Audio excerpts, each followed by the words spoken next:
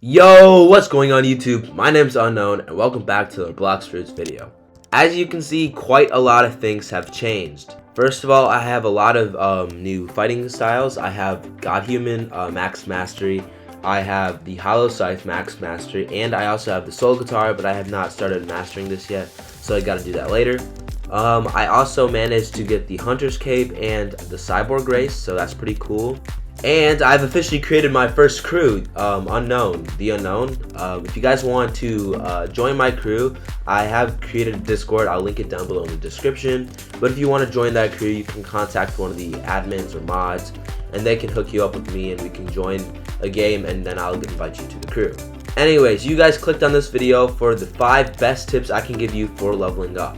Now, this is my opinion through my experience of leveling up, and these are what I think will help you guys the most when it does come to leveling up.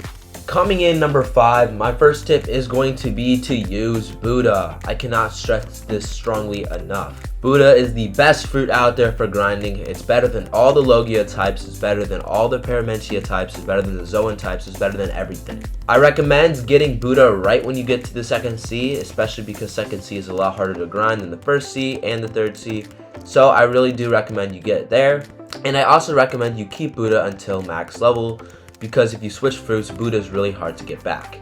My second tip is to save your codes until you reach the third C. Leveling up in the first C and the second C is not as difficult as leveling up in the third C. The third C has a lot more spread out quests. You have to grind them for a lot more levels than you usually do in the second and first C. So I really do recommend you save your codes until the third C. That's what I did, and I was able to get to the max level in the third C in like a couple of days. My third tip is to only farm bosses until you get the accessory drop.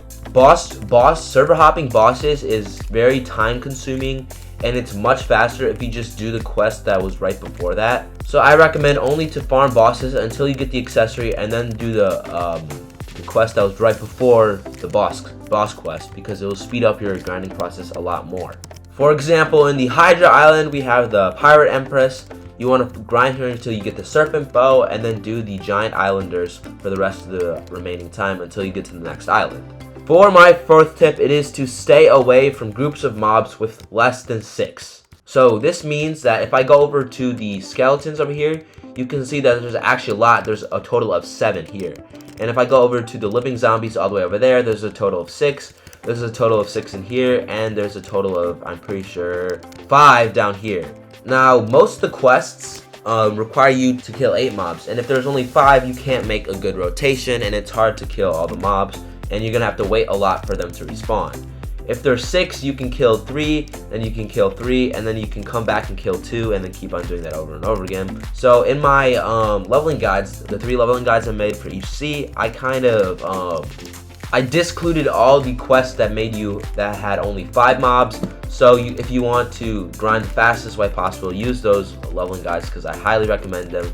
And coming in our first place spot, I'm going to have to give it to developing rotations. Now this means that you don't want to group all of them up at once and then kill them, because, for example, right here, first off, most of the time they're extremely spread out. So like these 3 are really spread out compared to these 3.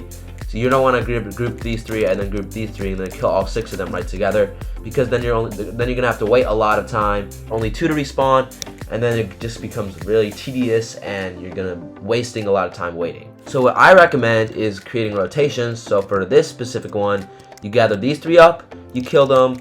You gather these 3 up, you kill them. Then you wait for these 2 to respawn. And by the time you kill these 3 should have respawned by then. And you kill these 2, and then you reset the quest. And then you go to this side, and then you kill these 3, and then by the time that happens, these will be respawned.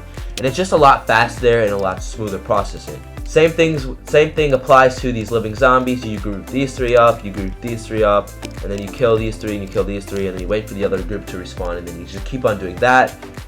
This is like my number 1 tip. I can do like a video like describing this more in detail, but rotations are the key to grinding, because you don't want to be spending most of your time just waiting for the mobs to respawn. These are just a few examples, but a lot of these instances where there's 6 mobs and they're really spread out during the first, second, and third C, there's a lot of those instances with the mobs. So developing rotations is extremely important. Now these are my top 5 tips for leveling up for you guys. This is what I think is really important from my experience of playing the game. If you guys want me to make a video more in depth on rotations, please comment down below.